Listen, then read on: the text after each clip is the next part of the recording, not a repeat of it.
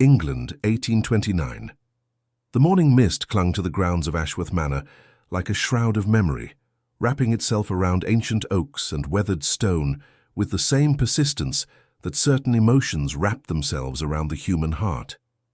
Maximilian Ashworth, Duke of Ravenscroft, stood at the window of his study, his tall frame silhouetted against the grey light of dawn, watching as a carriage made its slow progress up the long drive. He had been standing there for the better part of an hour, though he would admit such weakness to no living soul. 5 years had passed since he last saw her. 5 years, 2 months, and 14 days to be precise, though he did not allow himself to count the hours. A gentleman of his position and reputation did not indulge in such folly.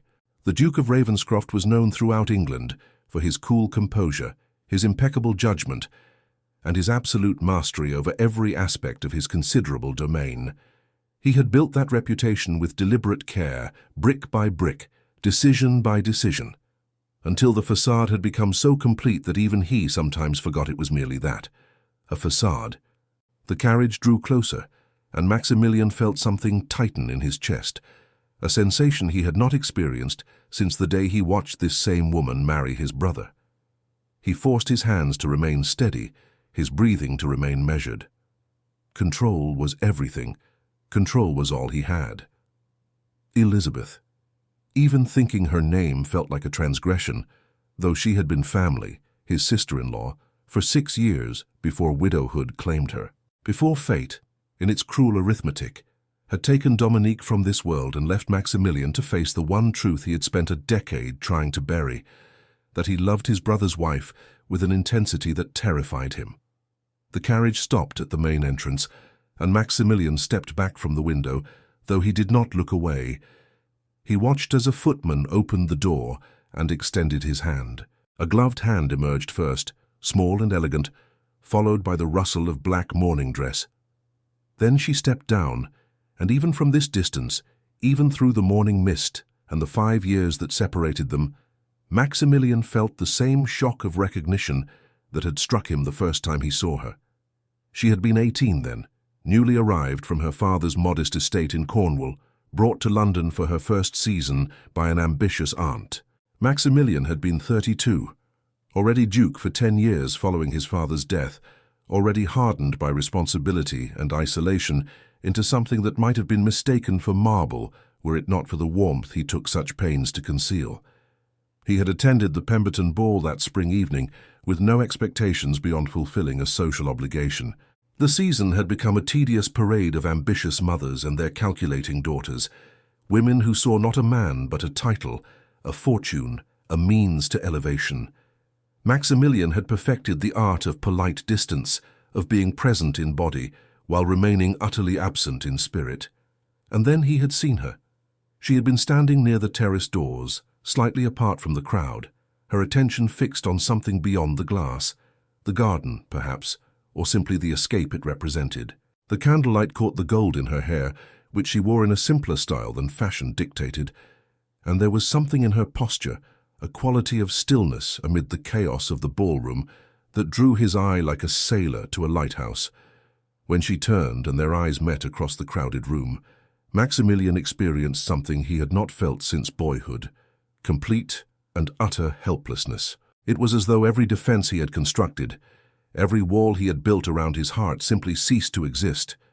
In that moment, he was merely a man, and she was merely a woman, and the space between them seemed both infinite and non-existent.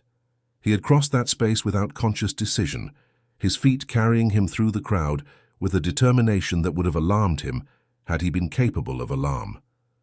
He had been capable of nothing save the need to know her name, to hear her voice, to discover if the connection he felt was real or merely the fantasy of a man too long alone. Miss Hartwell, her aunt had introduced her, and Elizabeth had curtsied with practiced grace, though her eyes held a spark of something beyond mere social polish, intelligence perhaps, or the kind of quiet rebellion that comes from a spirit too large for its circumstances. "Oh, Your Grace," she had murmured, and her voice had been everything he had not known he was waiting to hear, warm and clear, with a hint of music in it, as though she might at any moment laugh or sing. They had danced. He had claimed her hand for the waltz, breaking his own rule against displaying preference, and as he led her onto the floor, he had felt the eyes of society upon them, noting, calculating, already composing the gossip that would fill tomorrow's drawing rooms. He had not cared.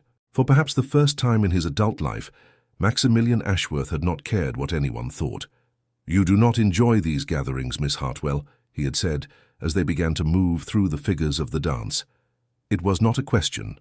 She had looked up at him, surprise flickering across her delicate features. "How did you discern such a thing, Your Grace?" "You were watching the garden as though it were a sanctuary," he replied. "I recognize the sentiment." A smile had touched her lips then. A real smile, not the practiced expression young ladies deployed like weapons in the marriage market. "I confess I find these events somewhat overwhelming. So many people, all working so very hard to appear other than they are. And you prefer authenticity. Does that make me terribly provincial?"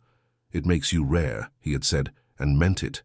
They had talked throughout the dance, and Maximilian had found himself saying things he had never said to anyone, revealing parts of himself he had thought sealed away forever. She had a way of listening that made confession feel not like weakness, but like gift. And when the music ended, he had not wanted to release her hand. "Might I call upon you, Miss Hartwell?" he had asked, propriety warring with desire in his tone.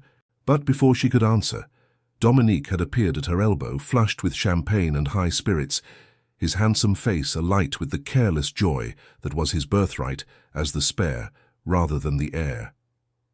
"I say, Max, are you going to monopolize this vision all evening?"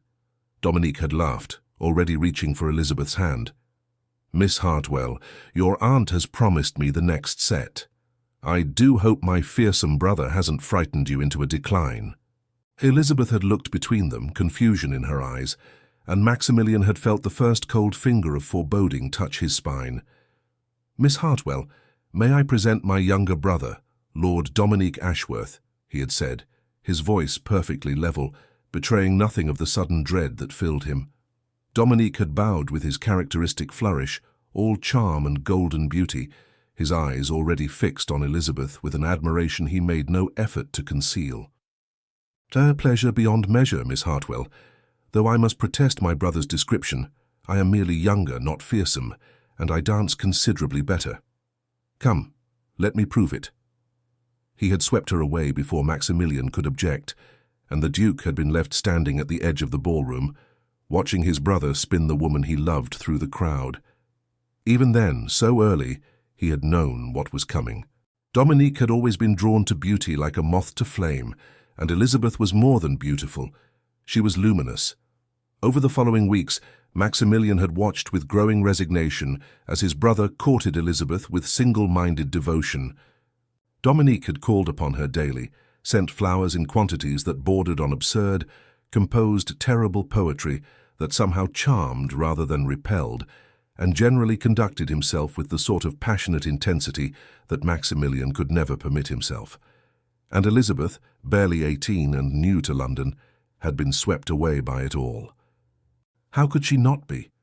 Dominique offered everything that Maximilian, in his careful control, could not: spontaneity, laughter, the promise of a life lived in joy rather than duty. Maximilian had told himself he was being rational. He was the Duke. Marriage for him was a matter of alliance and obligation, not emotion. Dominique, as the younger son, could afford to marry for love. It was better this way, practical, sensible. He had repeated these lies to himself, even as he gave his blessing to their engagement, even as he made the arrangements for the wedding to be held at Ashworth Manor, even as he stood as witness, while his brother pledged himself to the only woman Maximilian had ever loved.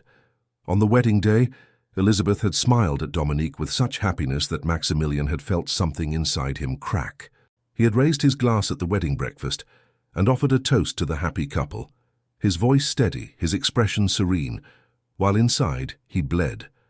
That night, he had locked himself in his study with a bottle of brandy and faced the truth he could no longer deny.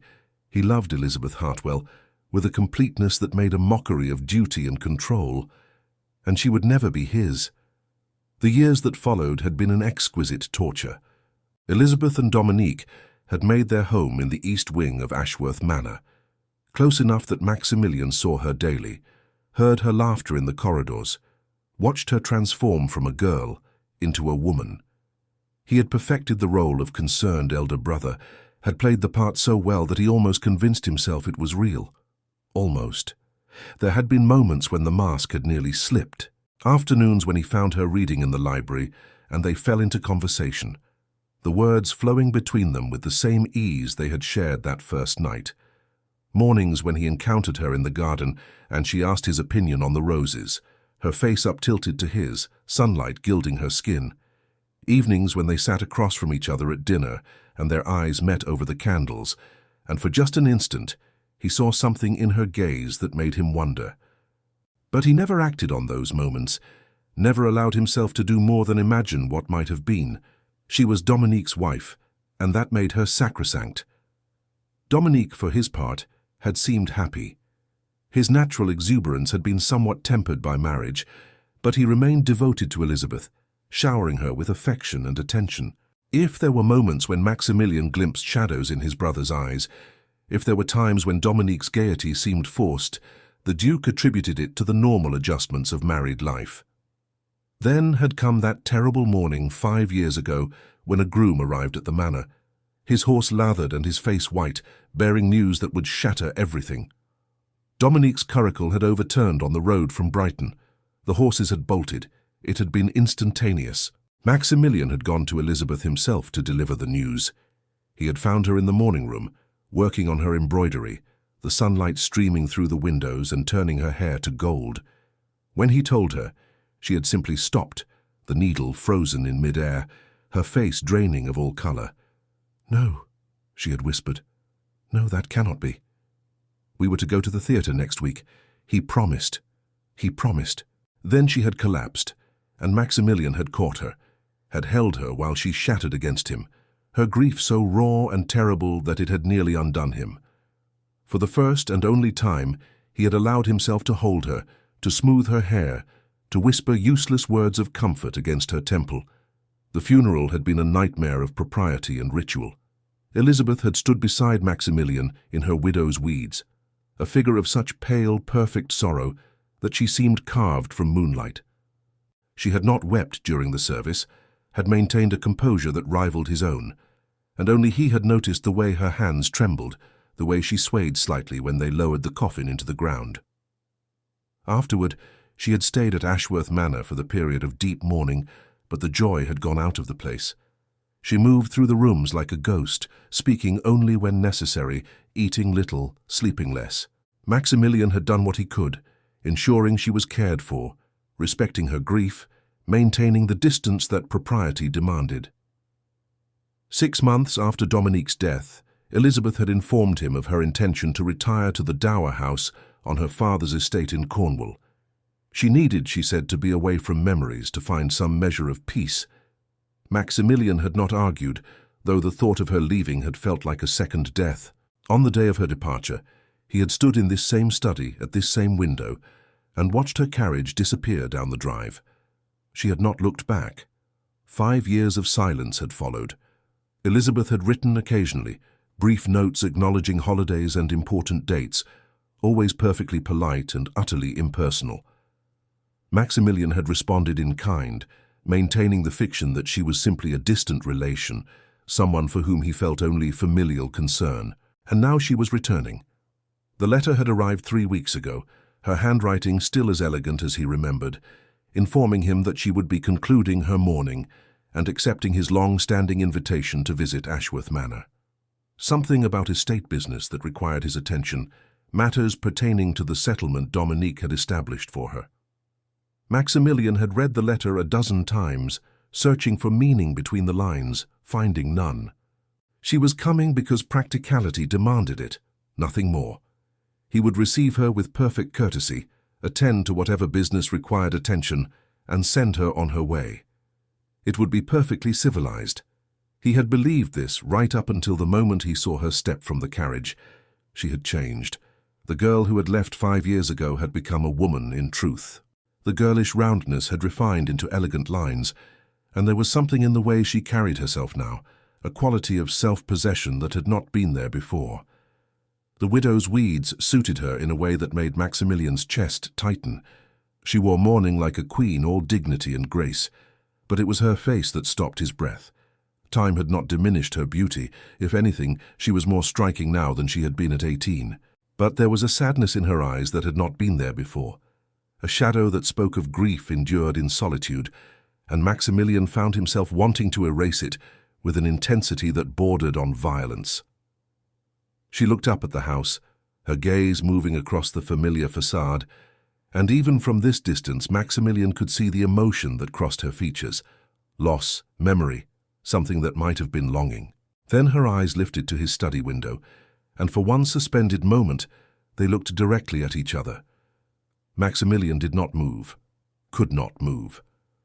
The world had narrowed to this single point of connection, this meeting of eyes across distance, and he felt every defense he had spent 5 years rebuilding simply crumble to dust.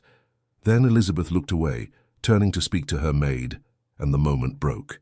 Maximilian forced himself to move, to descend the stairs with measured steps, to arrive in the entrance hall just as Henderson, the butler, was greeting their guest. "Your Grace," Henderson was saying, "we are delighted to welcome you back to Ashworth Manor." "Thank you, Henderson," Elizabeth replied, and the sound of her voice, unchanged, still holding that hint of music, sent a shock through Maximilian's system. "It is strange to be here again. Lady Elizabeth." She turned at the sound of his voice, and Maximilian watched color flood her cheeks, watched her hands clasped together at her waist, in a gesture he remembered from years ago when she was nervous. "Your Grace," she said, and curtsied, though the movement seemed to cost her effort. "Thank you for your hospitality." "You are family," he replied, the formal words feeling like ash in his mouth. "Ashworth Manor is yours as much as it is mine." Something flickered in her eyes at that, pain perhaps, or memory. "That is kind of you to say, though we both know it is not precisely true." They stood looking at each other across the marble floor of the entrance hall, years and loss and unspoken words stretching between them like a physical presence. Maximilian was aware of Henderson and the footman watching, waiting, the whole household holding its collective breath at this reunion. "You must be fatigued from your journey," he said, falling back on the safety of protocol. "Henderson will show you to your rooms. I have had the rose suite prepared. It has always received the afternoon light you favor." "You remembered," she said softly, and something in her tone made him look at her more closely. "I remember everything," he said, then cursed himself for the admission. Color rose in her cheeks again, and she looked away. "I should like to rest before dinner, if that would not be inconvenient." "Of course. We dine at 8, but please do not feel obligated to join me if you would prefer a tray in your room." "No," she said quickly, then seemed to catch herself. "That is, I would not wish to be rude. I shall join you for dinner." "Very well," he inclined his head. "Until this evening, then." She curtsied again and followed Henderson up the stairs, her maid trailing behind with a small valise. Maximilian stood watching until she disappeared around the landing, then turned and walked back to his study with careful, measured steps. Only when he was safely behind the closed door did he allow himself to lean against it, eyes closed, breathing like a man who had just run a great distance. She was here. Elizabeth was here, under his roof, and every feeling he had tried to bury was roaring back to life with a force that threatened to undo him. This was going to be harder than he had imagined. Elizabeth stood in the center of the rose suite and tried to remember how to breathe. 5 years. She had prepared herself for this moment for 5 years, had rehearsed what she would say, how she would act.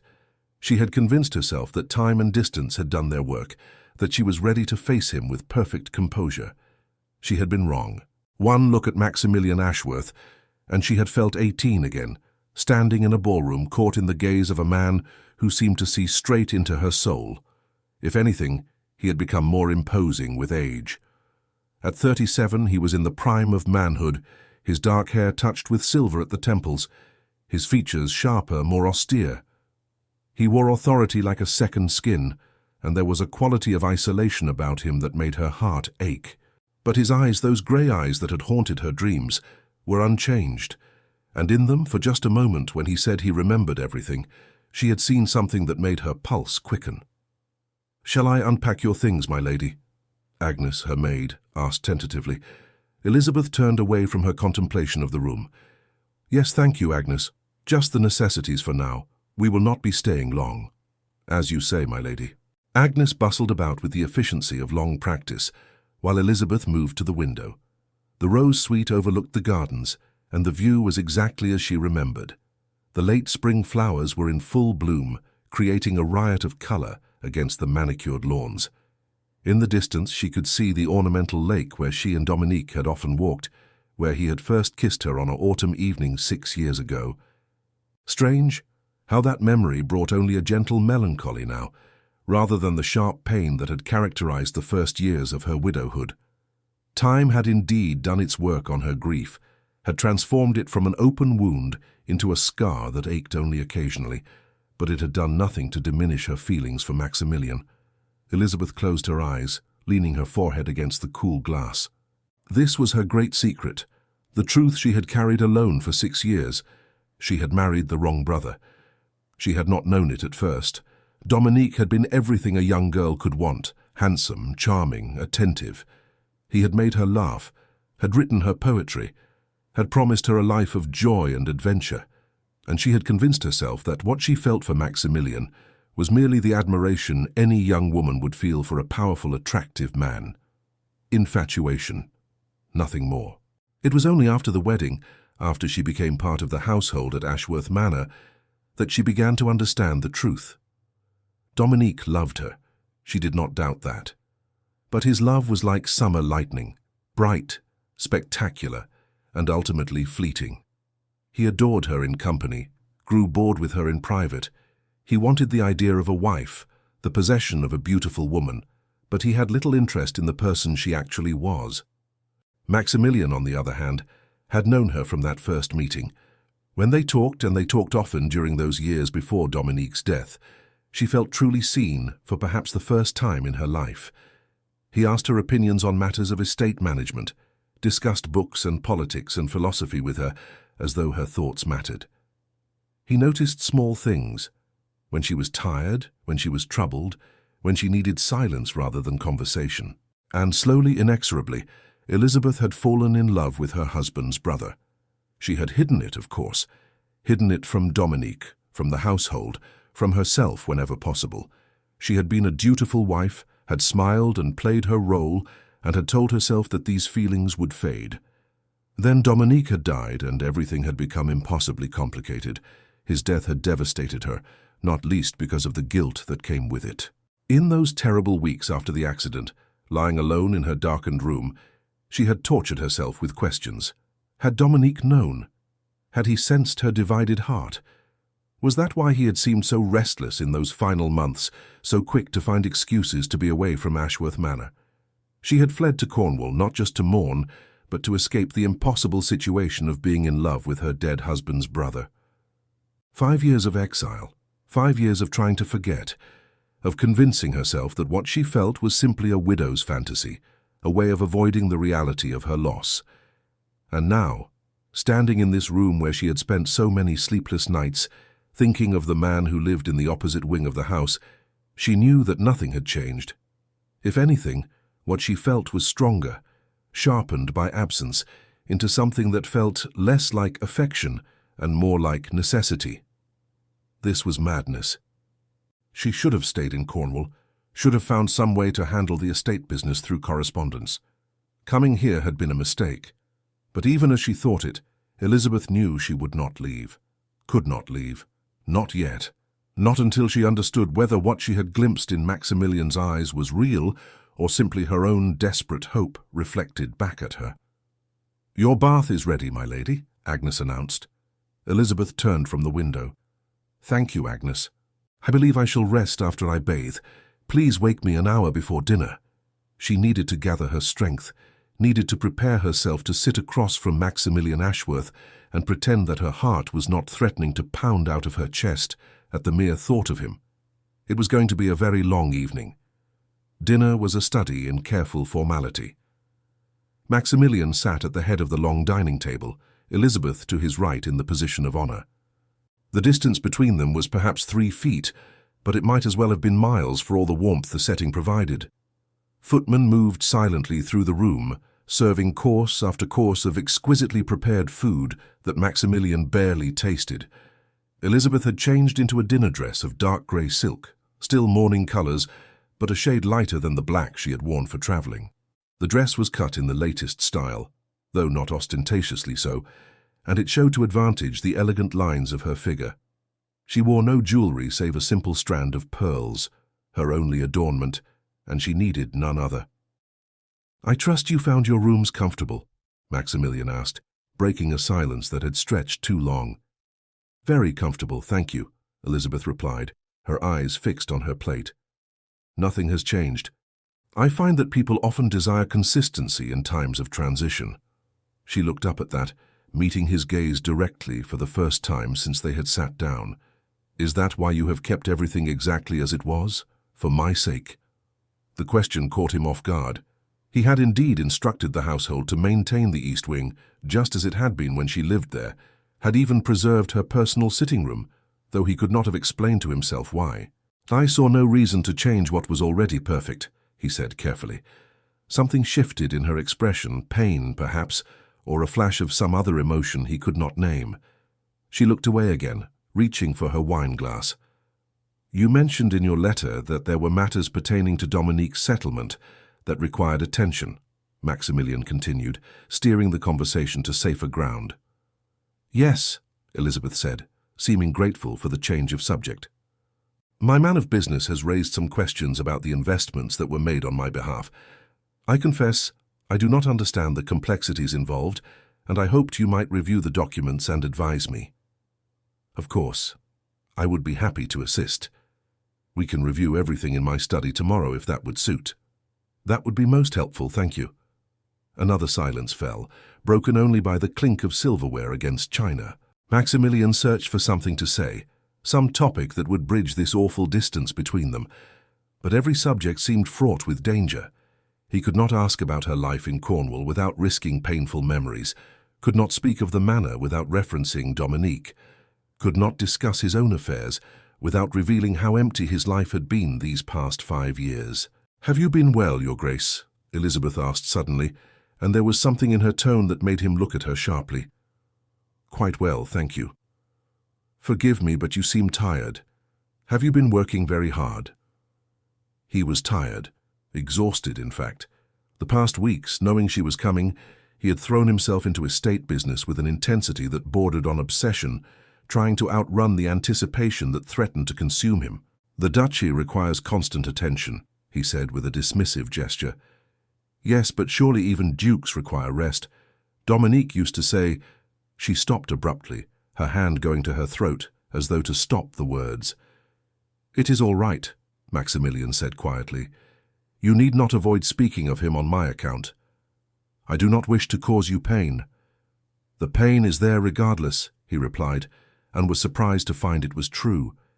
He had loved his brother, despite everything. "Speaking of Dominique does not create grief, Elizabeth. It merely acknowledges what already exists." She looked at him for a long moment, and he saw tears glisten in her eyes, though she did not allow them to fall. "He was lucky to have you as a brother," she said softly. "You gave him everything." Not everything, Maximilian thought. "I kept one thing for myself, even if I could never claim it." "He was my brother," Maximilian said instead. "I would have done anything for him." "I know." She reached for her napkin, dabbing at her eyes. "Forgive me. I had thought I was past these sudden moments of emotion. There is nothing to forgive. Grief is not a linear progression. You speak as one familiar with it." "I have had my share of losses," he said, thinking not just of Dominique but of her, of the life they might have had if fate had been kinder. The footmen served the next course, and they ate in silence for several minutes. Then Elizabeth spoke again, her voice determinedly lighter. "Tell me what has been happening in society. I have been quite removed from such matters in Cornwall, and I confess I am curious about what I have missed." Maximilian allowed the change of subject, and they passed the remainder of the meal in discussing the safer topics of politics and social gossip. He told her about the controversies in Parliament, the scandals that had rocked the ton, the marriages and births and deaths that marked the passage of time among their class. She listened attentively, asking intelligent questions, and gradually the awful formality that had marked the beginning of the meal eased into something closer to their old rapport. By the time the dessert course arrived, they were almost comfortable with each other, the conversation flowing with something approaching the ease they had once shared. It was dangerous, this comfort. Dangerous because it reminded Maximilian of all the reasons he had fallen in love with her, because it made him forget for moments at a time that she was forbidden to him, that she had been his brother's wife, and could never be anything more to him. When dinner concluded, Elizabeth rose and Maximilian stood immediately. "Thank you for a lovely evening, Your Grace," she said formally. "The pleasure was mine, Lady Elizabeth." She curtsied, but as she straightened, their eyes met, and Maximilian saw something in her gaze that made his breath catch. It was there only for an instant, a flash of longing so intense it seemed to illuminate the space between them. And then it was gone, shuttered away behind the careful composure she wore like armor. "Good night," she whispered, and fled the dining room before he could respond. Maximilian stood staring at the empty doorway long after she had gone, his heart pounding in his chest like a war drum. He had not imagined it. That look, that moment, she had felt it too, this connection that defied propriety and reason. The question was, what was he going to do about it? Nothing, he told himself firmly. He would do nothing. She was his brother's widow, and that made her sacred. He would help her with her estate business, would be courteous and hospitable, and would send her back to Cornwall with his conscience intact. But even as he formed these resolutions, Maximilian knew they were lies. Something had shifted tonight, some carefully maintained distance had collapsed, and he suspected that neither of them would emerge from her visit unchanged. He poured himself a generous measure of brandy and retired to his study, knowing that sleep would not come easily this night. The next morning dawned clear and bright, promising one of those perfect late spring days that made England seem like paradise. Elizabeth woke early, her sleep having been troubled by dreams she could not quite recall upon waking, though they left her with a lingering sense of loss and longing. She dressed in a simple day dress of dove grey and descended to the breakfast room, hoping for a few moments of solitude before facing Maximilian again. But when she entered, she found him already there, standing by the sideboard with a cup of coffee in his hand. He turned at the sound of her entrance, and Elizabeth saw surprise flicker across his features. "Forgive me," she said. "I did not mean to intrude upon your morning routine." "You are not intruding," he replied, setting down his cup. "I am pleased to have your company.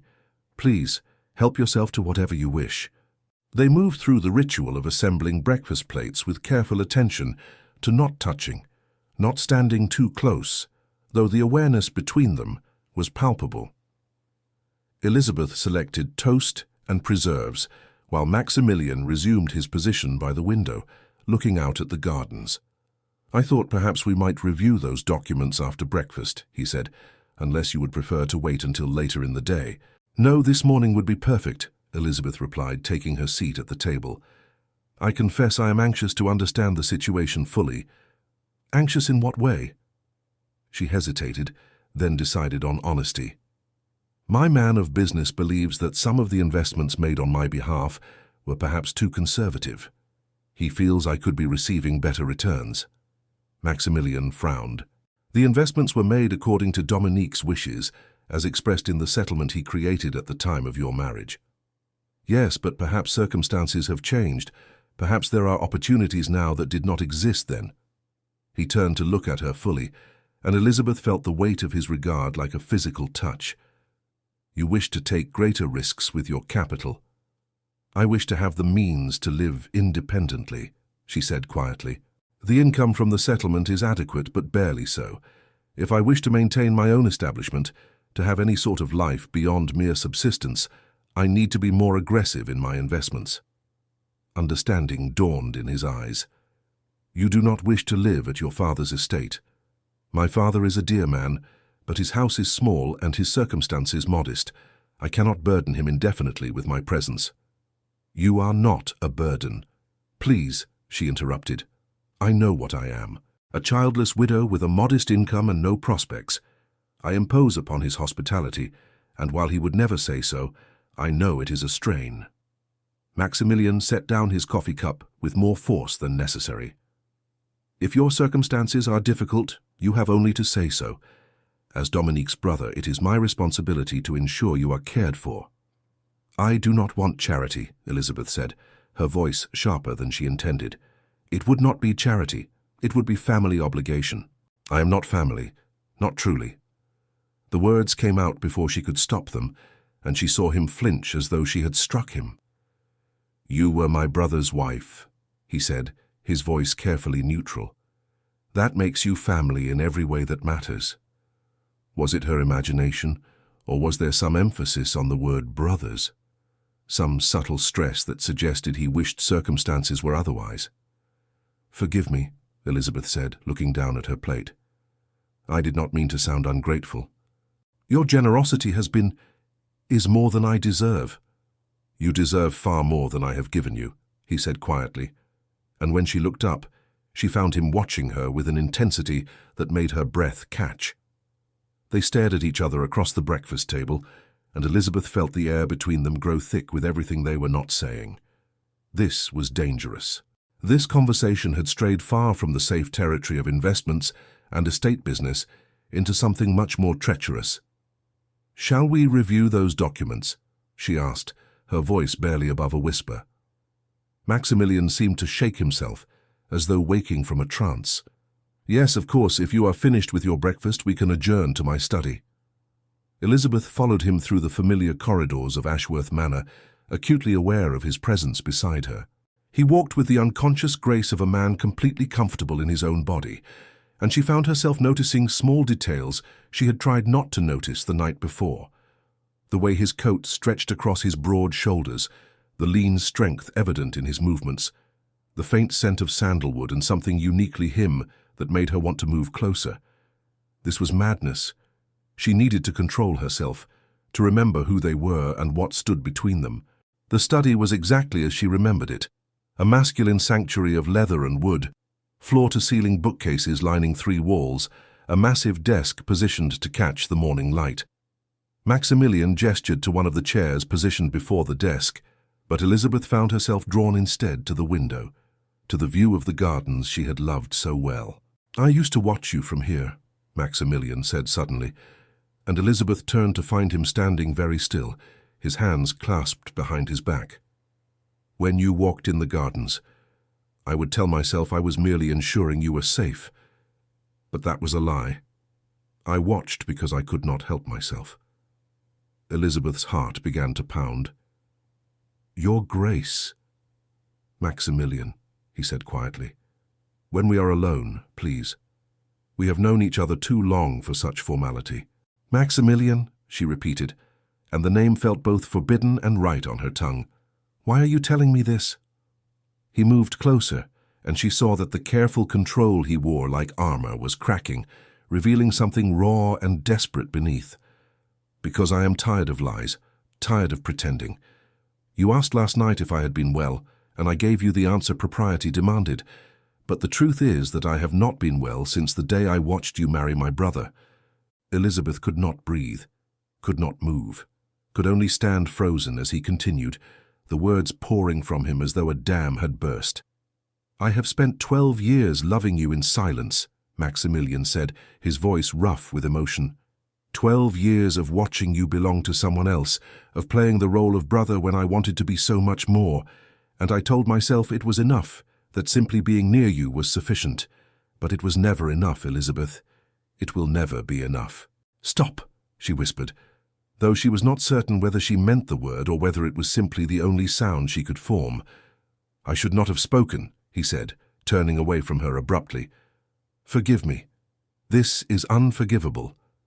You came here seeking help with business matters, and I have—" He broke off, running a hand through his hair in a gesture of frustration that was utterly unlike his usual composed self. "I will arrange for my solicitor to review your documents. You need not remain at Ashworth Manor. I will send you whatever recommendations—" "I love you," Elizabeth said.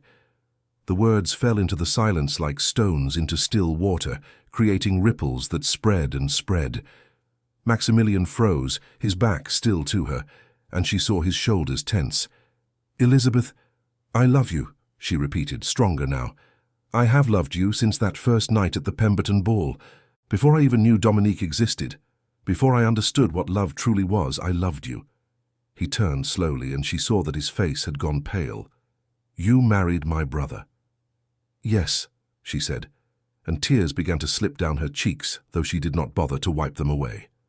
"I married Dominique because I was 18 and foolish, and I convinced myself that what I felt for you was impossible, because he was kind and charming and offered me everything a young girl thinks she wants. Because you were a duke and I was nobody, and I thought," her voice broke, "I thought you could never want someone like me. Could never want—" Maximilian crossed the space between them in 3 long strides, grasping her shoulders with barely restrained intensity. "Elizabeth, you were everything. You are everything. There has not been a day, not an hour, when I have not wanted you." They stood so close now that Elizabeth could see the silver flecks in his grey eyes, could feel the heat of his body, could count his heartbeats in the pulse that hammered in his throat. "This is impossible," she whispered. "I know. You were his brother. I was his wife. We cannot—" "I know," he said again, but his hands had moved from her shoulders to frame her face, his thumbs brushing away her tears with infinite gentleness. "We cannot. We should not. And yet here we are. What are we going to do?" For answer, Maximilian bent his head and captured her lips with his own. The kiss was nothing like what Elizabeth had imagined during all those long, lonely nights in Cornwall. It was not gentle or tentative or careful. It was desperate and claiming and utterly consuming, as though 12 years of denied desire had condensed into this single moment. His mouth moved over hers with fierce possession, and she responded with equal fervor, her hands fisting in his coat, pulling him closer still. They kissed as though they were drowning, and each was the other's only hope of salvation. Kissed until Elizabeth was dizzy with it, until the world had narrowed to the taste of him, the feel of his hands in her hair, the solid strength of his body against hers. When they finally broke apart, both breathing hard, Maximilian rested his forehead against hers, his eyes closed. "We should not have done that," he said roughly. "No," Elizabeth agreed, but she did not let go of his coat. "We should not. If anyone knew—" "I know." He opened his eyes, and the anguish she saw there made her heart clench. "Elizabeth, I cannot offer you marriage. You must understand that. You are my brother's widow. The scandal would be—" "I know," she interrupted. "I understand. The church, society, everyone would condemn us. You would lose your standing, your reputation, everything you have built." "I care nothing for any of that," he said fiercely, "but I will not make you the subject of gossip and scorn. I will not watch society tear you apart." Elizabeth stepped back, needing distance to think clearly, though her body protested the loss of his warmth. She moved to the window, wrapping her arms around herself. "Then what can we have?" she asked quietly. "What is possible for us?" The silence stretched so long that she thought he might not answer. Then she heard him move behind her, felt his presence at her back, though he did not touch her. "I do not know," he admitted, "but I cannot pretend any more, Elizabeth. I cannot stand before you and act as though you are merely my brother's widow, someone for whom I feel only familial concern. Not now. Not after this." She turned to face him, and in his eyes she saw the same longing that consumed her, the same desperate hope warring with impossible circumstance. "What would you have me do?" she asked. "Return to Cornwall? Pretend this conversation never happened?" "I would have you stay," he said, and the raw honesty in his voice made her tremble. "Stay here at Ashworth Manor. Not in the dower house, not in exile, but here. With me. As what? Your sister-in-law, your ward?" "As the woman I love," he said simply. "Let society think what it will. We need not explain ourselves to anyone." "You would risk your reputation." "My reputation be damned," he said with sudden vehemence. "I have spent my entire adult life doing what was proper, what was expected, what was right. I gave up the woman I loved for duty's sake. I have been the perfect duke, the perfect brother, the perfect peer, and I am tired, Elizabeth. So profoundly tired of being perfect." She stared at him, seeing him truly perhaps for the first time. Not the Duke of Ravenscroft, not the marble paragon society believed him to be, but simply Maximilian, a man who had sacrificed his own happiness for so long that he had almost forgotten it was possible to want more. "If I stay," she said carefully, "if we do this, whatever this is, we must be discreet. I will not have your name dragged through the mud because of me." "Elizabeth, I mean it, Maximilian. I know what I am risking. I am a widow. Society will think the worst of me regardless. But you are a duke. You have responsibilities, obligations. We must be careful." He studied her for a long moment, and she saw the battle raging behind his eyes. Desire warring with duty. Love fighting against a lifetime of careful control. "I can give you time," he said finally. "We need not decide everything today. Stay for a fortnight at least." "Let us see." He broke off, seeming to struggle for words. "Let us see what might be possible." It was not a declaration of forever.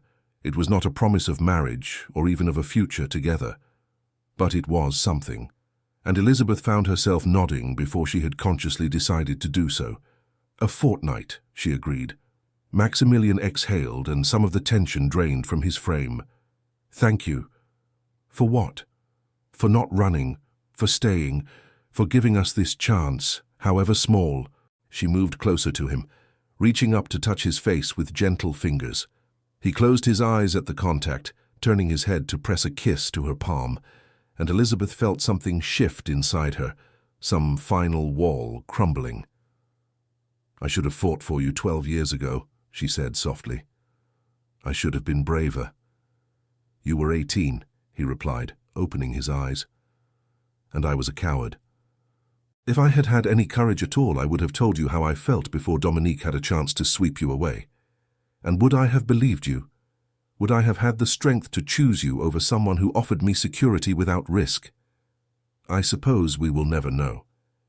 "No," she agreed. "But we are not those people anymore. We are not the Duke and the debutante.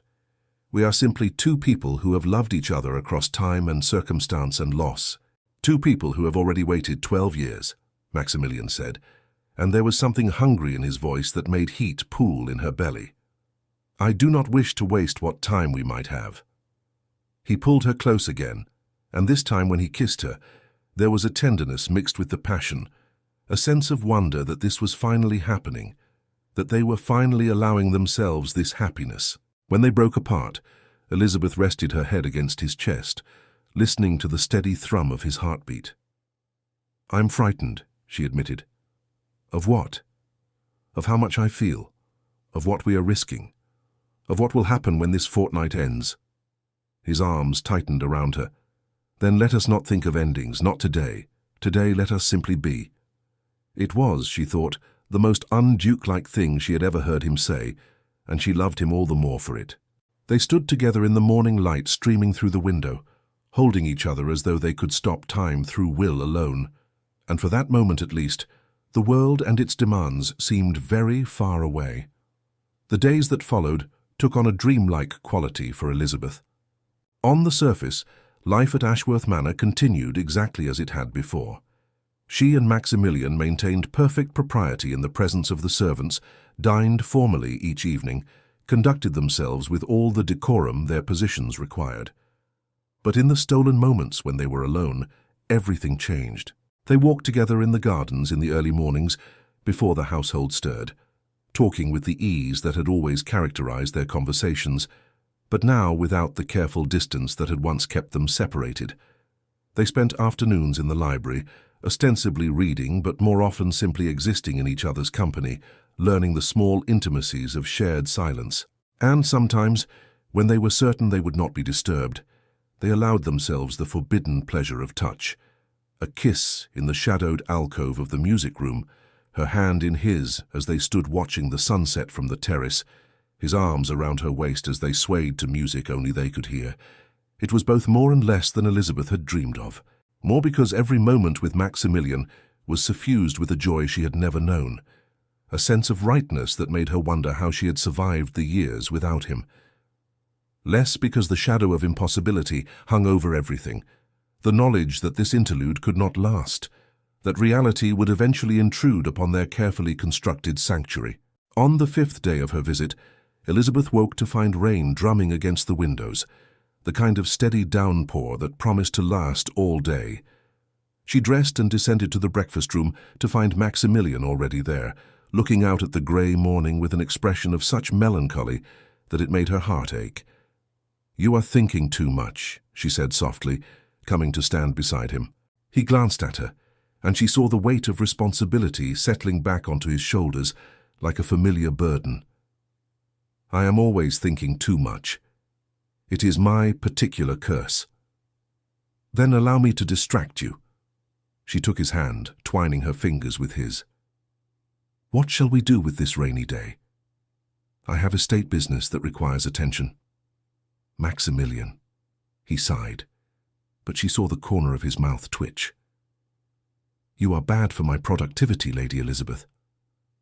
"Good," she said firmly. "You work too hard. When was the last time you took a day simply for yourself?" "I cannot recall." "Then today shall be that day. I demand it." "You demand it?" His eyebrows rose in aristocratic amusement. "And since when does a duke take orders from the woman who loves him?" she finished. "Since he realized that love is more important than duty." The amusement faded from his face, replaced by something fierce and tender. "You are dangerous," he said softly. "You make me want things I cannot have." "Then let us pretend just for today that you can have them, that we are simply Maximilian and Elizabeth, with no titles or obligations or impossible circumstances, just two people on a rainy day." She saw him waver, saw the eternal battle between duty and desire play out across his features.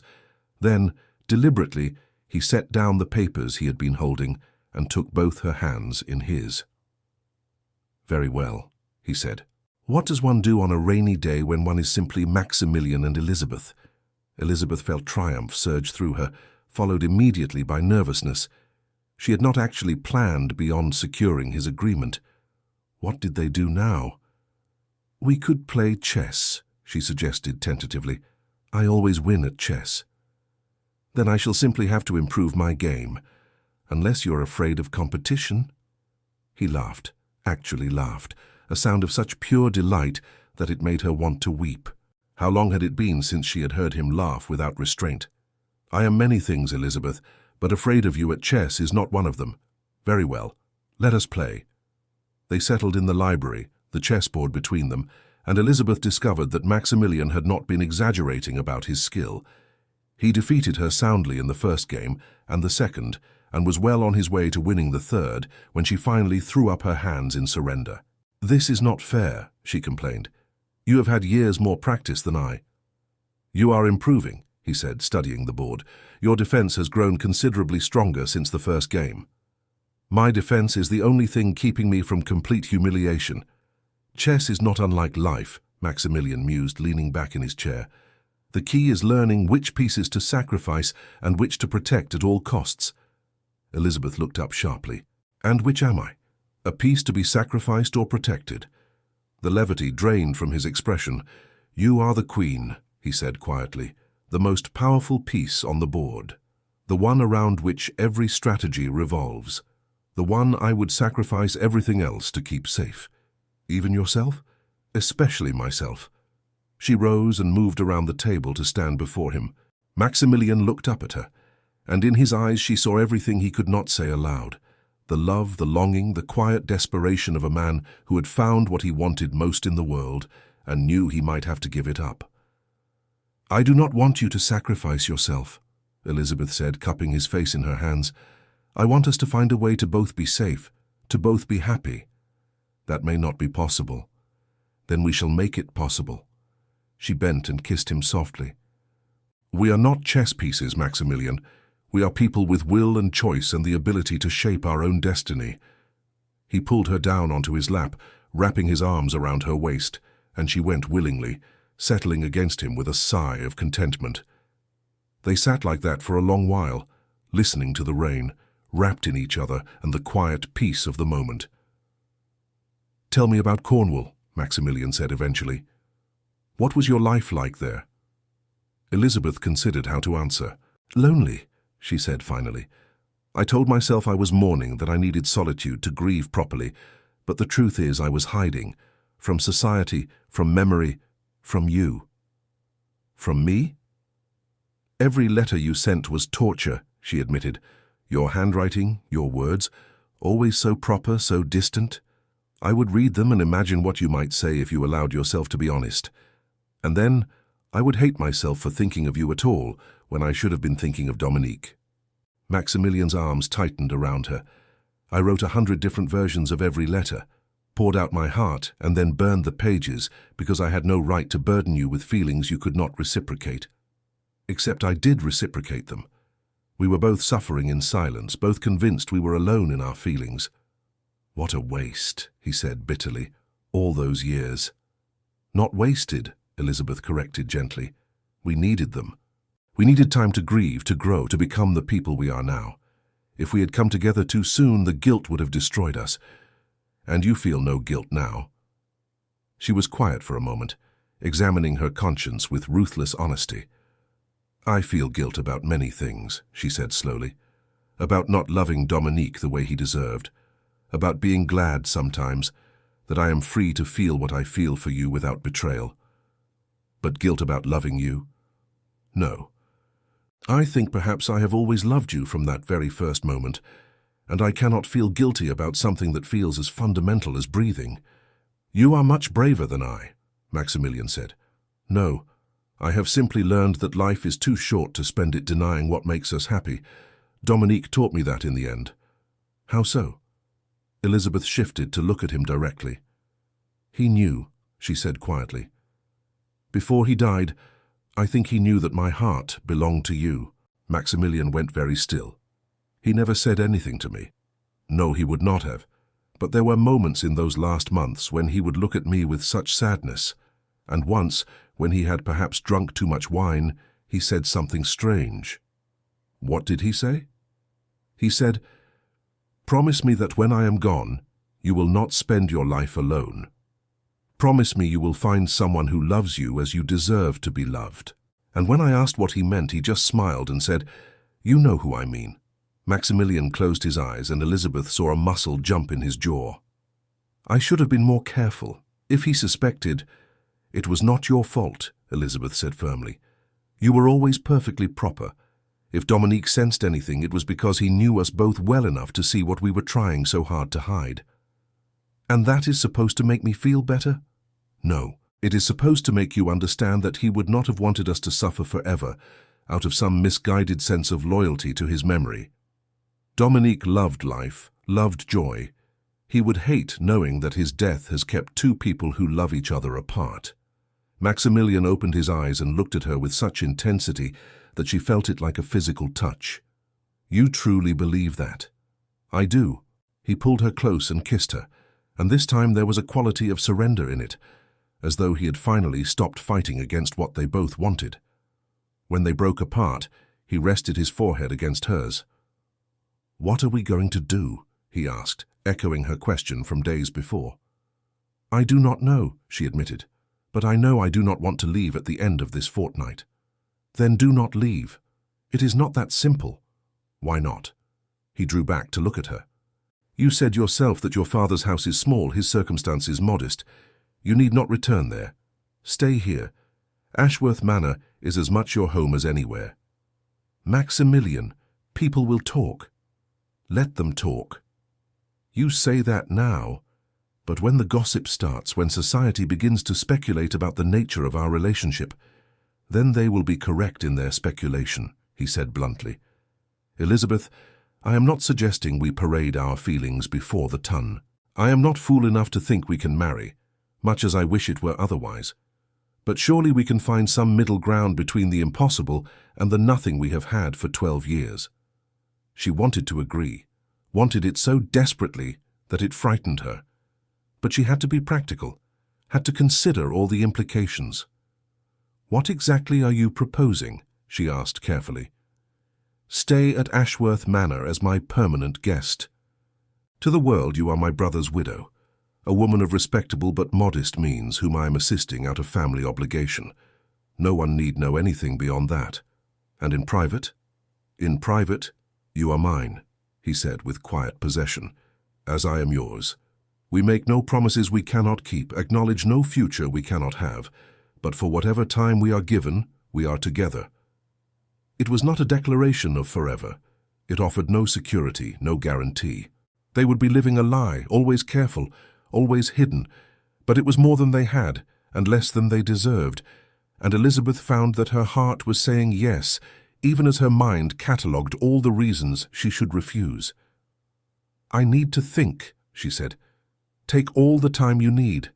But even as he said it, they both knew that time was not unlimited, that each day brought them closer to the moment when she would have to decide, return to Cornwall and the safety of solitude, or stay at Ashworth Manor and risk everything for a chance at happiness. The rain continued to fall, and they sat together in the library, wrapped in each other's arms, as though they could hold back the future through will alone. That evening, dinner was a strained affair. The easy companionship of the morning had given way to tension as the weight of decision pressed upon them both. Elizabeth picked at her food, her appetite gone, while Maximilian drank more wine than was his custom, his usual control fraying at the edges. Finally, unable to bear the silence any longer, Elizabeth set down her fork. "I have been thinking about what you said," she began. Maximilian looked up, and she saw hope and fear war in his expression. And I think—" She broke off, struggling to find the right words. "I think we need to be honest about what we are asking of each other. You speak of my staying here as though it were simple, but there is nothing simple about what you are proposing. I know that. Do you?" She leaned forward, her gaze intense. "You are asking me to live in your home, under your protection, with all the implications that carries, to be dependent upon your goodwill, your discretion. If you should tire of me, if you should meet someone you could actually marry—" "That will not happen," he said fiercely. "You cannot know that. You are 37, Maximilian, in the prime of your life. You should marry, should have an heir. The duchy requires it." "The duchy has required many things of me," he said, his voice hard. "I have given it my entire life. Surely I am entitled to one thing that is mine alone. But I would not be yours alone. I would be your dirty secret, the woman you cannot acknowledge. How long before you came to resent me for it?" He rose from his chair and came around the table to kneel beside her, taking her hands in his. "Elizabeth, look at me." She did, and saw in his eyes a certainty that took her breath away. "I have loved you for 12 years, he said. 12 years of watching you belong to someone else, of playing a role I hated, of pretending I felt something other than what consumed me every waking moment. Do you truly believe that I would offer you this? Would ask you to stay? If I had any doubt about what I want? People change, I will not change. Not about this, not about you." He raised her hands to his lips, kissing her knuckles with infinite tenderness. "If I could marry you, I would do so tomorrow. If I could give you my name, my title, everything I possess, I would lay it all at your feet without hesitation. But since I cannot, I am asking you to accept what I can offer. My home, my protection, my devotion. For as long as you will have me." Tears spilled down Elizabeth's cheeks. "And what do I offer you in return? What do I bring to this arrangement beyond scandal and complication?" "You bring yourself," he said simply. "That is all I have ever wanted, all I will ever need." She looked at him kneeling before her, this proud man who commanded the respect of Parliament and the admiration of society, and saw only Maximilian, the man who had loved her in silence for 12 years, who had put her happiness before his own, again and again, who was now offering her everything he had to give, even knowing it could never be enough. And she made her decision. "I will stay," she whispered. For a moment, Maximilian did not move, as though he had not quite heard her correctly. Then understanding dawned in his eyes, followed by a joy so intense it transformed his entire countenance. "You will stay," he repeated as though testing the words. "I will stay," she confirmed, and found herself smiling through her tears. "I will be your impossible love, your secret happiness. And if society condemns us, if people whisper and speculate, we shall weather it together." He surged to his feet, pulling her up with him, and kissed her with a fierce possession that left no room for doubt about what this meant to him. Elizabeth returned the kiss with equal fervor, pouring into it all the love and longing she had kept locked away for so long. When they finally broke apart, both breathing hard, Maximilian rested his forehead against hers. "I do not deserve you," he said roughly. Then perhaps we are even, Elizabeth replied, for I certainly do not deserve your devotion. We shall have to disagree on that point. She laughed, and the sound was bright with possibility, with hope, with the future they were choosing to build together, despite all the reasons they should not. What happens now? She asked. Now, Maximilian said, his thumb tracing the line of her jaw. We determine how to make this work. You will need your own rooms, of course. The Rose Suite is yours for as long as you wish it. We must be discreet, especially with the servants. The household will gossip regardless, but we need not provide them with proof of anything improper. I understand. There will be times when I must entertain, when society demands my presence. You need not attend those functions if you do not wish to. And if I do wish to? He smiled. Then you will attend as a valued member of my household, my brother's widow. Nothing more, nothing less. It was not an ideal solution. There would be challenges, complications, moments when the restrictions chafed, but standing there in his arms, looking into eyes that held 12 years of love, Elizabeth found she did not care about ideal. She cared only about this, about him, about them, about the chance they were finally allowing themselves. When shall I send for the rest of my things? She asked practically. Tomorrow, today, whenever you wish. He grinned, and it made him look younger, happier than she had ever seen him. I confess I am impatient to have the matter settled. Afraid I will change my mind. Terrified, he admitted. I feel as though I am in a dream from which I might wake at any moment. Elizabeth reached up and touched his face, letting him feel the reality of her presence. This is no dream, she said softly. This is our life, strange and impossible, and utterly real. Our life, he repeated, testing the words. I like the sound of that. So do I. They stood together in the dining room, holding each other as the candles burned low and the household settled into sleep around them. For the first time in 12 years, Elizabeth felt truly at peace. The future remained uncertain, filled with challenges and risks, but they would face it together, and that made all the difference. In the weeks that followed, they established a rhythm that was both familiar and entirely new. To the household and the few visitors who called at Ashworth Manor, Elizabeth was simply the Duke's sister-in-law, a widow of modest means, who had taken up permanent residence in the Rose Suite. The servants gossiped, of course. Servants always did, but they had no proof of anything improper, and Maximilian was such a formidable presence that no one dared question his arrangements aloud. In private, however, the house became a sanctuary for their love. They stole moments throughout the day, meetings in the library that were ostensibly about books, but became opportunities for stolen kisses, walks in the garden where they could talk freely without fear of being overheard, evenings in his study after the servants had retired, where they could simply exist together without pretense. Elizabeth discovered things about Maximilian that 12 years of acquaintance had never revealed. She learned that he was ticklish along his ribs, that he had a surprisingly terrible singing voice, that he preferred his eggs soft-boiled and became grumpy if he did not have his morning coffee. She learned the feel of his laughter rumbling through his chest when she lay against him, the way his hands trembled slightly when he touched her face, the particular way his eyes darkened when he looked at her with desire. And Maximilian, in turn, learned her, learned that she had nightmares sometimes and woke disoriented, needing reassurance, learned that she liked to read poetry aloud when she thought no one was listening, learned that she had a sharp wit that she often hid behind proper manners, and a stubbornness that matched his own when she believed herself in the right.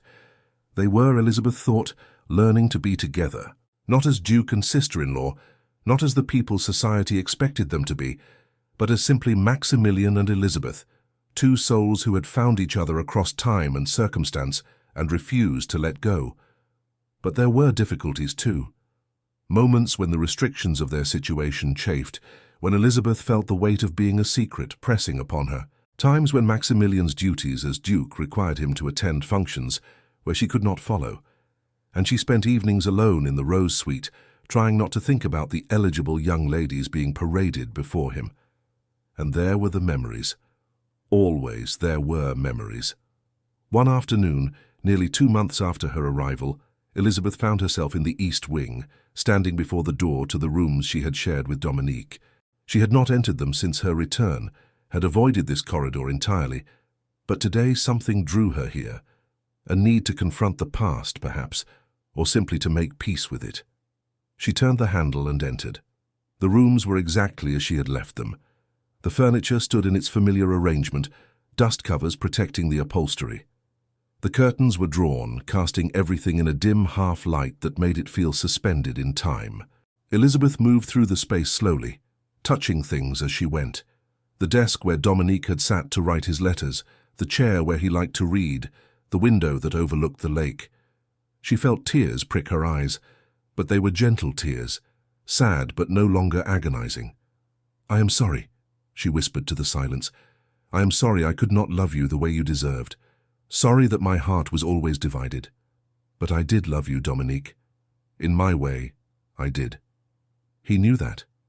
Elizabeth spun around to find Maximilian standing in the doorway, his expression gentle.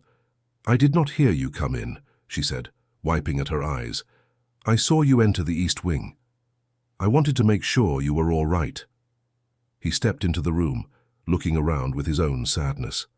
"I have not been in here since the day we packed away his things. Why have you kept it like this? Why not put someone else in these rooms?" "I suppose I thought you might want them preserved," he admitted. "Some memorial to what was." Elizabeth looked at him, this man who had thought of everything, who had protected even the memory of his brother's marriage, despite his own feelings. "I think it is time to let go," she said softly. "Not of his memory. I will always carry that with me, but of this shrine to the past. These rooms should be used, lived in. Keeping them like this helps no one."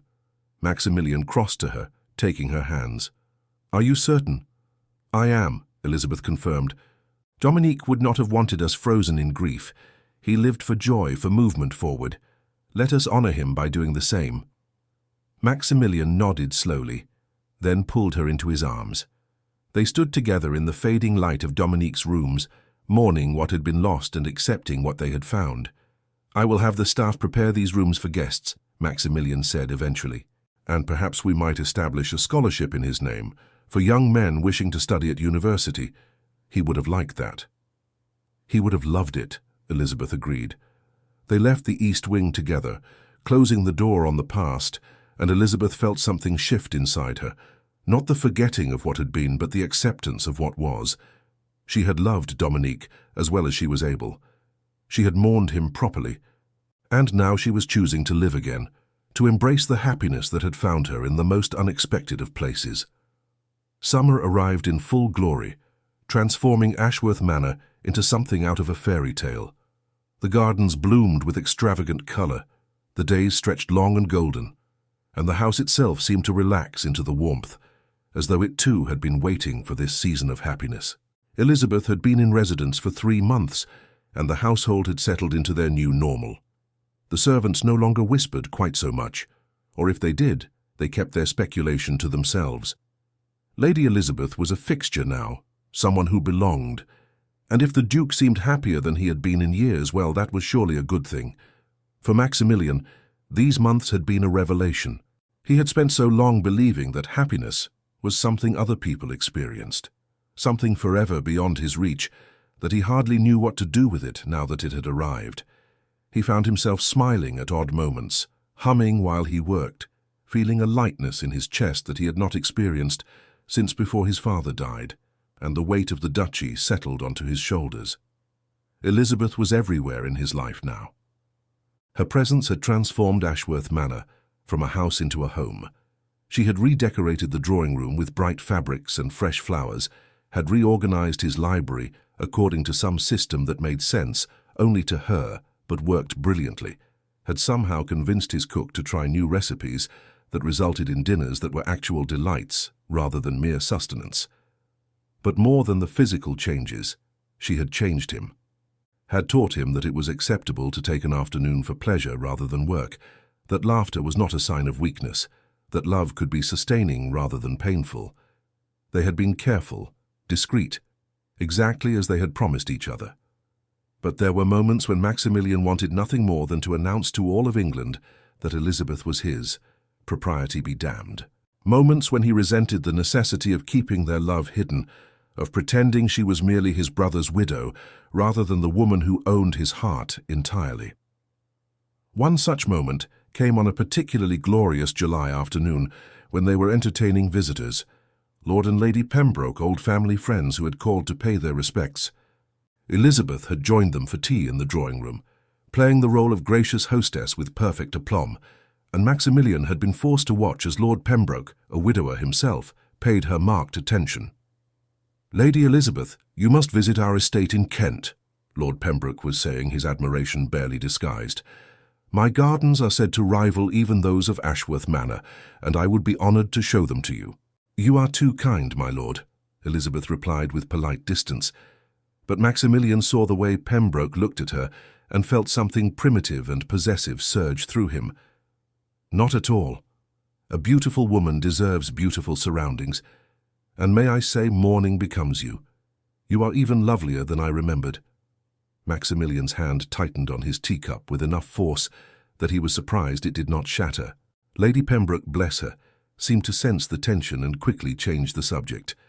"Your Grace, I understand you are establishing a scholarship in Lord Dominique's name. What a wonderful tribute to your brother."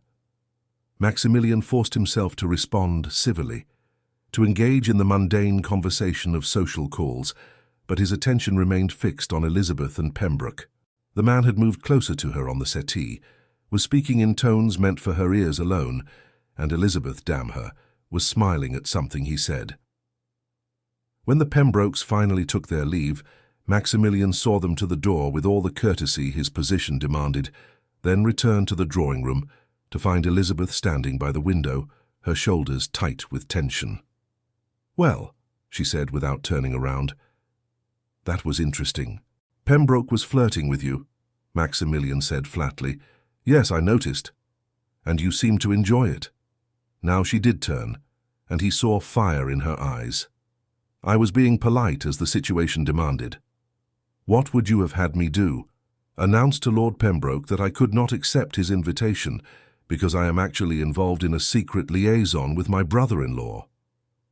The words hit like a slap, and Maximilian felt his own temper rise to match hers. "Of course not. But you need not have been quite so encouraging." "Encouraging?" I smiled at a pleasant man who was attempting to be kind. "That is called courtesy, Your Grace." "Do not call me that. Not in private." "Why not? It is what you are, after all, the Duke of Ravenscroft, far too important to actually claim the woman he supposedly loves." Maximilian crossed the room in 3 strides, grasping her shoulders. "Is that what you think? That I am ashamed of you? I think that you want me safely hidden where no one can question your precious reputation," Elizabeth shot back, her eyes bright with unshed tears. "I think that while I have given up everything, my home, my independence, any chance of a normal future, you have given up nothing. Given up nothing." The words came out in a roar that would have made his servants scatter had any been nearby. "Elizabeth, I have given up everything that matters. Marriage, an heir, the respect of my peers if this ever becomes known. I have risked scandal and social ruin to keep you with me. Yes, to keep me hidden, to keep me secret. Do you know what it is like to watch women parade before you at every social function, knowing that any one of them would be a more suitable match than I? To know that I have no claim on you whatsoever, that if you decided tomorrow that you were done with me, I would have no choice but to leave?" The anguish in her voice stopped his anger cold. He released her shoulders, stepping back as understanding dawned. "You think I would discard you," he said slowly. "You think this is some temporary arrangement until I find a proper wife." "What else am I to think?" she asked, and now the tears did fall. "You have made me no promises, Maximilian. You have offered me no future. I am living in your home on your sufferance, and that could end at any moment." "It will not end. I have told you. You have told me you love me. But love and commitment are not the same thing, and I am beginning to realize that perhaps I have made a terrible mistake." The words struck him like a physical blow. "You wish to leave?" "I do not know what I wish anymore," she said wearily. "I only know that watching Lord Pembroke flirt with me and being unable to tell him that my heart belongs to someone else was more painful than I anticipated. and I find myself wondering how long I can continue like this before it destroys me." Maximilian felt panic rise in his chest, cold and paralyzing. The thought of Elizabeth leaving, of losing her again after finally having her, was unbearable. "What do you want from me?" he asked, and was ashamed to hear his voice shake. "Tell me what you need, and I will provide it." She looked at him with such sadness that it made his heart ache. "I need to know that I matter more than your reputation, more than society's opinion, more than the expectations that have governed your entire life. You do matter more. You matter more than anything. Then prove it." They stared at each other across the drawing room, the ultimatum hanging between them like a sword. Maximilian's mind raced, searching for some solution, some way to give Elizabeth what she needed without destroying everything they had built. But before he could speak, she turned away. "Forgive me," she said quietly. "I should not have said that. You have been more than generous, and I have no right to ask for more." "Elizabeth, I need to be alone," she interrupted. "Please." She left the drawing room before he could stop her, and Maximilian stood frozen, listening to her footsteps fade down the corridor. Then he collapsed into the nearest chair, his head in his hands, and faced a truth he had been avoiding for months. This arrangement, the careful discretion, the hidden love, was not sustainable. Something had to change, or he would lose her. And losing Elizabeth was simply not an option. Elizabeth did not appear for dinner that evening, sending word that she had a headache and would take a tray in her room. Maximilian ate alone in the dining room, the food turning to ash in his mouth, and tried to determine what he should do. The conventional path was clear. Apologize, promise to be more demonstrative in private, while maintaining their careful discretion in public, hope that time would ease her doubts. It was the safe option, the sensible one. But Maximilian was tired of safe and sensible, tired of doing what was expected rather than what he wanted. And what he wanted, what he needed with a desperation that bordered on violence, was to make Elizabeth his in every way that mattered. The problem was how to accomplish that without destroying them both in the process. He was still pondering this question when Henderson appeared in the doorway, looking unusually hesitant. "Your Grace, forgive the interruption, but there is a gentleman here to see you. He arrived without notice and insists the matter is urgent." Maximilian frowned. "At this hour, who is it?" "The Viscount Ashford, Your Grace." Maximilian went very still. Viscount Ashford was his cousin, his late father's nephew, and technically the heir to the duchy if Maximilian died without issue. They had never been close. Ashford was a dissolute fool who spent more time in gaming hells than managing his own modest estates. The man had no reason to call at Ashworth Manor, especially unannounced. "Show him to my study," Maximilian said, rising. "And Henderson, do not mention Lady Elizabeth's presence to the Viscount." "Of course, Your Grace." Maximilian made his way to the study, his mind already working through possibilities. Ashford's arrival could not be coincidence, not after all these years of minimal contact. The man wanted something, and Maximilian suspected he would not like what it was. He was correct. Viscount Ashford was sprawled in one of the study's leather chairs when Maximilian entered, looking entirely too comfortable. He was a handsome man in his early 30s, with the dark Ashworth colouring and a charm that concealed a calculating nature. "Cousin," Ashford said, rising with exaggerated courtesy. "How good of you to receive me at such an hour." "What do you want, Ashford?" Maximilian asked bluntly, not bothering with pleasantries. "Direct as always. Very well. I shall be equally direct." Ashford's smile took on a predatory edge. "I have heard the most interesting rumours about your household lately." Maximilian's expression did not change, though he felt ice form in his veins. "I am not interested in gossip." "Oh, but this is such fascinating gossip. They say you have taken in your late brother's widow, that she lives here in your home under your protection, and that the two of you are, how shall I put this delicately, remarkably devoted to one another." "Lady Elizabeth is family. I am fulfilling my obligation to my brother's memory by ensuring she is cared for." Of course," Ashford said with a knowing smile. "Purely familial devotion. I am certain the Archbishop would see it exactly that way should someone bring the matter to his attention." There it was, the threat barely veiled. What do you want? Maximilian repeated, his voice dangerously quiet. I find myself in a bit of financial difficulty, Ashford admitted, dropping all pretense. Gaming debts, you understand, significant ones, and I thought to myself, surely my dear cousin, who has always been so concerned with propriety and reputation, would be willing to assist me in my time of need, particularly if it meant avoiding an unfortunate scandal. You are attempting to blackmail me. Such an ugly word. I prefer to think of it as a mutually beneficial arrangement. You pay my debts, I remain remarkably disinterested in your domestic arrangements. Everyone wins. Maximilian moved to stand behind his desk, needing the barrier between them to keep from doing something he would regret. And if I refuse? Then I am afraid I would have no choice but to make my concerns known to certain members of the clergy and society. The Duke of Ravenscroft living in sin with his brother's widow, it would be the scandal of the decade. Your reputation would be destroyed. And Lady Elizabeth, well, she would be utterly ruined. No respectable household would receive her. She would become a pariah. Every word was true, and they both knew it. If Ashford made good on his threat, Elizabeth would be destroyed. Maximilian could weather scandal himself. He had power and position enough to rebuild eventually.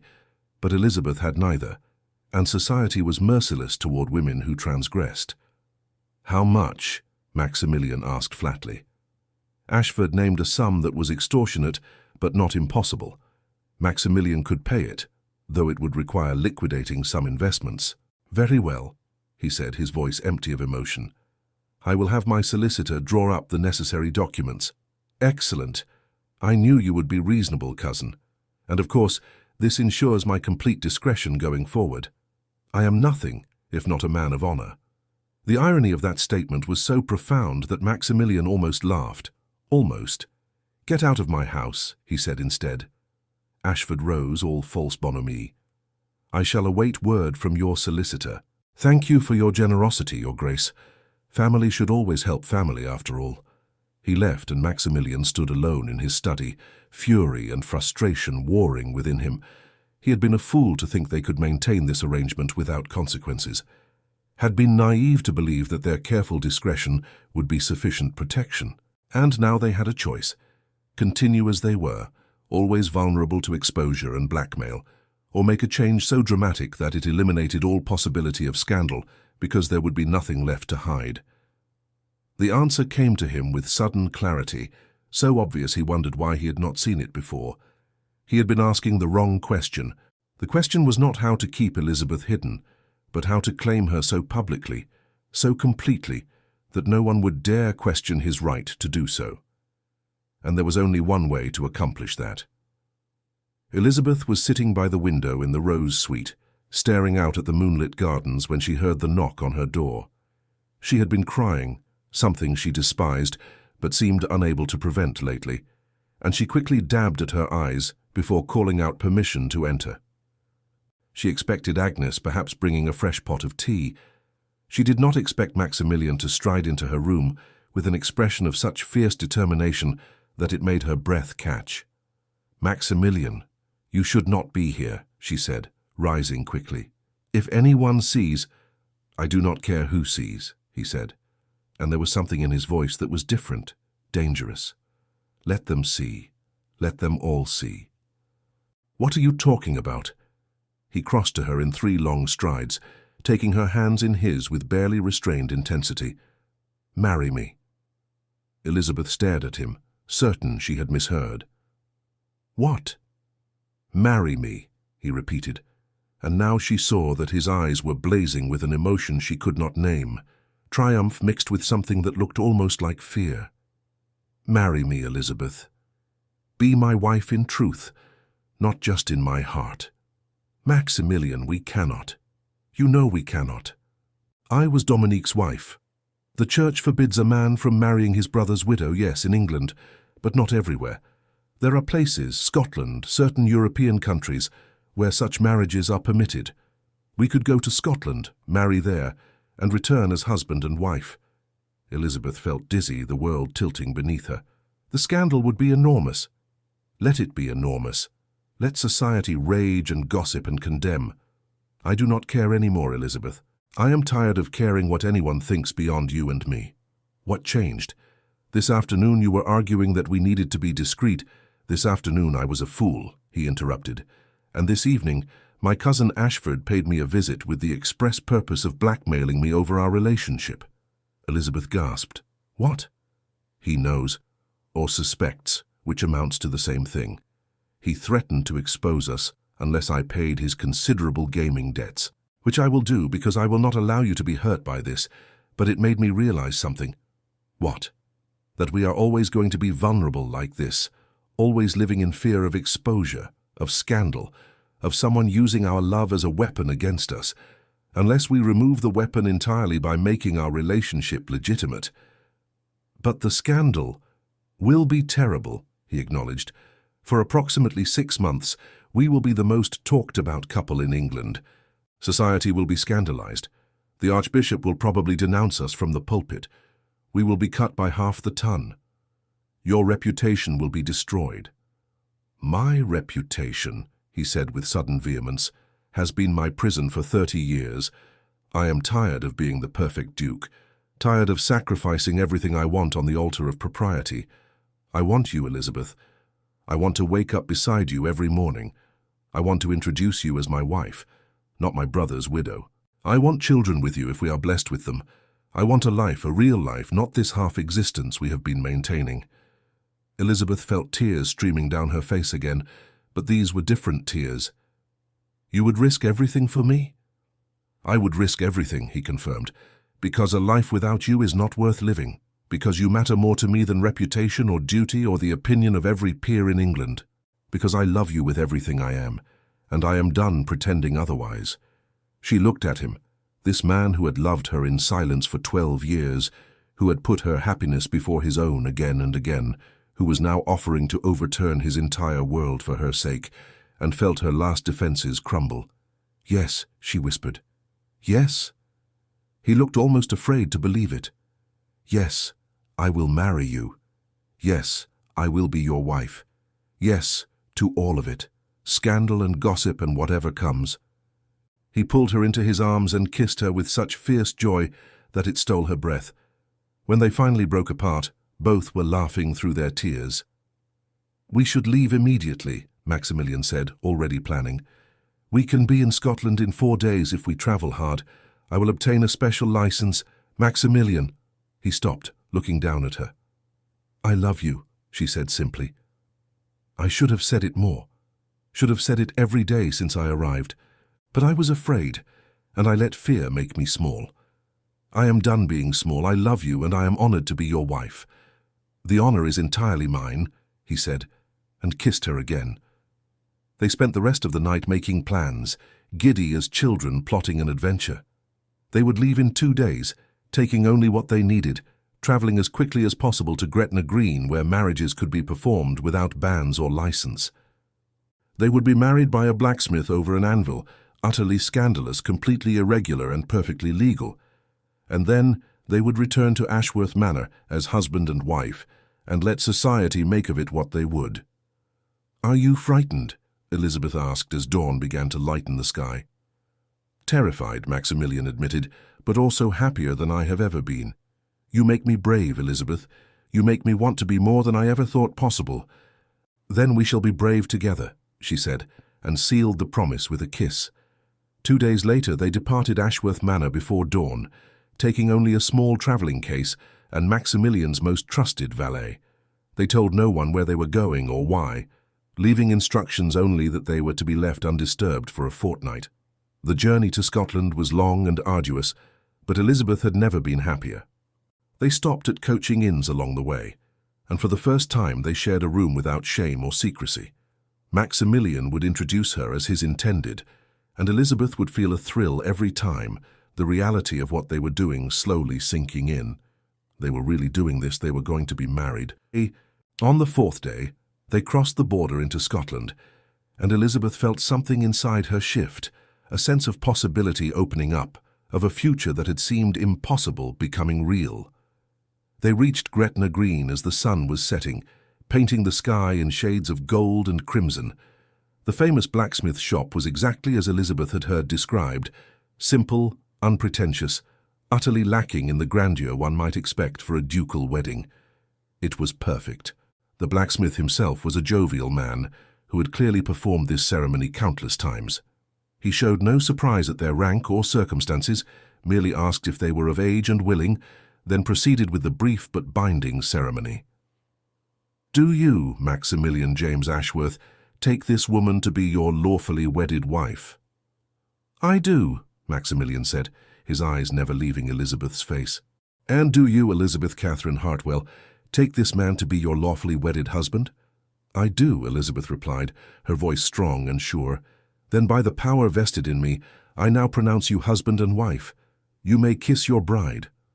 Maximilian did, thoroughly and completely, while the blacksmith and his wife applauded and Elizabeth laughed against his mouth. They were married. After 12 years of waiting, of loving in secret, of sacrificing and hiding and pretending, they were finally truly married. That night, in a small inn near the border, Maximilian made love to his wife for the first time. There was no shame in it now, no guilt or fear. There was only joy, fierce and complete and utterly transforming. "I love you," Elizabeth whispered against his skin. "I love you, I love you, I love you, and I love you," Maximilian replied, kissing her temple, her cheek, her lips. "My wife, my Elizabeth, mine." "Yours," she agreed, "for always." They stayed in Scotland for a week, glorying in their new status, reveling in the freedom of being together without concealment. But eventually reality called them back. They had to return to England, had to face whatever consequences awaited them. The journey back to Ashworth Manor was slower, more contemplative. They both knew that crossing back into England meant entering a storm. The ton would be scandalized. The church would condemn them. Friends might turn away, but they faced it together, and that made all the difference. They arrived at Ashworth Manor on a bright morning in late August. The house looked exactly as they had left it, solid, enduring, home. But everything had changed, because they had changed. Henderson met them at the door, his face carefully neutral, though Elizabeth thought she saw approval in his eyes. "Welcome home, Your Grace." "Your Grace," he said, addressing them both, and Elizabeth felt a thrill at hearing herself called by her new title. "Thank you, Henderson," Maximilian said. "Please assemble the staff in the main hall. My wife and I have an announcement to make." Within minutes, the entire household had gathered. Footmen and maids, the cook and the gardeners, everyone who made Ashworth Manor function. They stood in careful rows, their expressions ranging from curious to knowing, and Elizabeth felt her heart pound. Maximilian took her hand, giving it a reassuring squeeze, then addressed the assembled staff. "I wish to inform you all that Lady Elizabeth and I were married in Scotland 1 week ago. She is now the Duchess of Ravenscroft, and I expect her to be treated with all the respect and deference that position commands." There was a moment of stunned silence. Then, to Elizabeth's surprise, Henderson began to applaud. One by one, the rest of the staff joined in, and Elizabeth saw genuine happiness on many faces. Perhaps, she thought, they had not been as discreet as they had believed. Perhaps the household had known all along and had simply chosen to remain silent out of loyalty. "Thank you," Maximilian said, his voice rough with emotion. "That will be all." The staff dispersed and Maximilian turned to Elizabeth. "Well," he said, "that went better than expected." "Your staff loves you," Elizabeth replied, "and they want you to be happy." "Our staff," he corrected. "This is your home now, Elizabeth, truly and completely." She looked around the entrance hall, seeing it with new eyes, not as a place where she was merely tolerated, but as her home, her domain, the place where she would spend her life with the man she loved. "Our home," she repeated, testing the words. "I like the sound of that." Over the following weeks, the scandal they had anticipated materialized with predictable fury. Letters arrived daily, some congratulatory, many condemning. Society columnists had a field day, speculating about the circumstances of their courtship, questioning the propriety of the marriage, debating whether the Duke had dishonored his brother's memory. The Archbishop of Canterbury himself sent a strongly worded missive expressing his disappointment in the Duke's choice and suggesting that perhaps a significant donation to the Church might help atone for the irregularity of the marriage. Maximilian responded to none of it. He went about his duties as Duke with his customary efficiency, made no apologies, and offered no explanations. To those who asked, he said simply that he had married a remarkable woman whom he loved deeply, and that was the end of the matter. Gradually, the furor began to die down. Other scandals captured society's attention. Those who truly cared about Maximilian came to accept his choice, if only because his happiness was so evident that it could not be denied. And those who refused to accept it, well, they simply stopped calling at Ashworth Manor, and neither Maximilian nor Elizabeth missed them. 6 months after their marriage, they attended their first major social event together as husband and wife, a ball hosted by the Duchess of Devonshire, one of the few grandes dames of society who had publicly expressed support for their union. Elizabeth wore a gown of deep sapphire that brought out the blue in her eyes, and Maximilian could not stop looking at her. She was breathtaking, and she was his wife, his duchess, his love. As they entered the ballroom, conversation dimmed. Heads turned. Elizabeth felt the weight of 100 judging eyes upon her, and for a moment her courage wavered. Then Maximilian's hand tightened on hers. "Do not let them make you small," he whispered. "You are the Duchess of Ravenscroft. You are my wife. You have nothing to apologize for." Elizabeth lifted her chin and smiled, and together they walked into the ballroom as though they owned it. Which, in a sense, they did, not because of his title or their wealth, but because they had earned their happiness through sacrifice and waiting and refusing to let the world dictate whom they could love. The Duchess of Devonshire greeted them warmly, making a point of praising Elizabeth's gown and discussing estate matters with Maximilian as though there had never been any scandal at all. Others followed her lead, and gradually the evening took on a festive air. At one point, Elizabeth found herself standing with a group of ladies who were discussing the latest fashions, and one, a young woman newly married herself, leaned close and whispered, "Your Grace, forgive my boldness, but I must tell you that you have given hope to many of us. To know that love can triumph even over the strictest propriety, it is wonderfully romantic." Elizabeth smiled, feeling warmth spread through her chest. Perhaps they had done more than simply claim their own happiness. Perhaps in some small way, they had shown others that it was possible to choose love over convention, that the heart mattered more than society's rules. That night, as they prepared for bed in the ducal suite they now shared openly, Maximilian came up behind Elizabeth as she sat at her dressing table, placing his hands on her shoulders. "What are you thinking about?" he asked, meeting her eyes in the mirror. "About how far we have come," she replied. "About how worth it all was. The waiting, the scandal, everything, because I have you." He bent to kiss the curve of her neck, and she shivered at the contact. "And I have you, my beautiful, brave Duchess." "Our story is not what I would have written," Elizabeth mused. "If someone had told me 12 years ago that I would marry one brother, lose him, and eventually marry the other, I would have thought it impossible, scandalous, wrong. And now? Now I think that perhaps love writes its own story, and ours, for all its complications and unconventional twists, is a love story nonetheless. Perhaps even more so because of everything we overcame to be together." Maximilian turned her chair so she faced him, then knelt before her, taking her hands in his. "Elizabeth Ashworth, Duchess of Ravenscroft, I promise you that I will spend every day of the rest of my life proving that you made the right choice.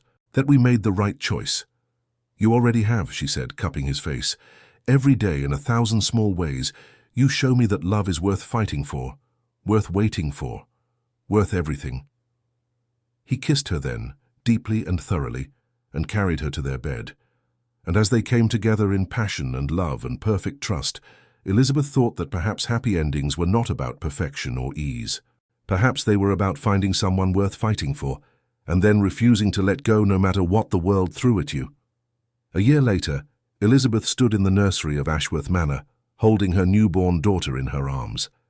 The baby had Maximilian's dark hair and Elizabeth's blue eyes, and she was absolutely perfect. Maximilian entered quietly, his expression softening as he saw them. "How are my girls?" he asked, coming to wrap his arms around them both. "Perfect," Elizabeth replied, looking down at their daughter. She is absolutely perfect. Like her mother, Maximilian said, kissing Elizabeth's temple. We should decide on a name, Elizabeth said. I was thinking... She paused, suddenly uncertain. I was thinking perhaps Dominique, for a middle name. Maximilian was quiet for a moment, and Elizabeth worried she had overstepped. But then he nodded, his eyes bright with emotion. I think Dominique would have liked that, he said quietly. To be remembered, to be part of our happiness rather than its obstacle. Then she shall be Catherine Dominique Ashworth, Elizabeth decided, after both our mothers and after the brother who brought us together, even if he never knew it. Perfect, Maximilian agreed. They stood together in the nursery, the three of them, and Elizabeth thought about how strange and wonderful life could be, how love could find you in the most unexpected places, how happiness could emerge from loss, and how sometimes the most beautiful love stories were the ones that took the longest to unfold. She had been 18 when she first met Maximilian Ashworth. She was now 25, married to him for a year and a half, and holding their child in her arms. The journey between those two moments had been long and painful and complicated beyond measure. But looking at her husband, at her daughter, at the life they had built together, Elizabeth would not change a single moment of it. Because this, right here, right now, was worth everything they had endured, every tear, every moment of doubt, every sacrifice, worth the scandal and the whispers and the judgment of society. Love, real love, was always worth the price. What are you thinking? Maximilian asked, recognizing that distant look in her eyes. I am thinking, Elizabeth said, that we should tell our daughter this story someday when she is old enough. Tell her that love does not always come easily, that sometimes you have to fight for it, wait for it, endure for it, but that when it is real, when it is true, it is worth any price. A cautionary tale? Maximilian asked with a slight smile. No, Elizabeth corrected, a love story. The greatest love story I know. Our love story, Maximilian said, pulling her closer. Our love story, Elizabeth agreed. And as the afternoon sun streamed through the nursery windows, painting everything in shades of gold, the Duke and Duchess of Ravenscroft stood together with their daughter, living proof that love could triumph over even the most impossible circumstances. They had waited 12 years. They had loved in secret and in silence. They had sacrificed and endured and risked everything for this chance at happiness. And it had been worth every single moment. Thank you for staying with us until the end of this emotional journey. If this story touched your heart, we invite you to subscribe, like, comment, and share our channel. Your support inspires us to keep creating more stories of love, redemption, and breathtaking twists. Help us reach our first 1,000 subscribers, and together we'll continue sharing tales that warm the heart. At the end of this video, you'll see a suggestion for another of our historical stories. Click and let yourself be enchanted by another unforgettable tale. With all our gratitude, Echoes of Romance. The End.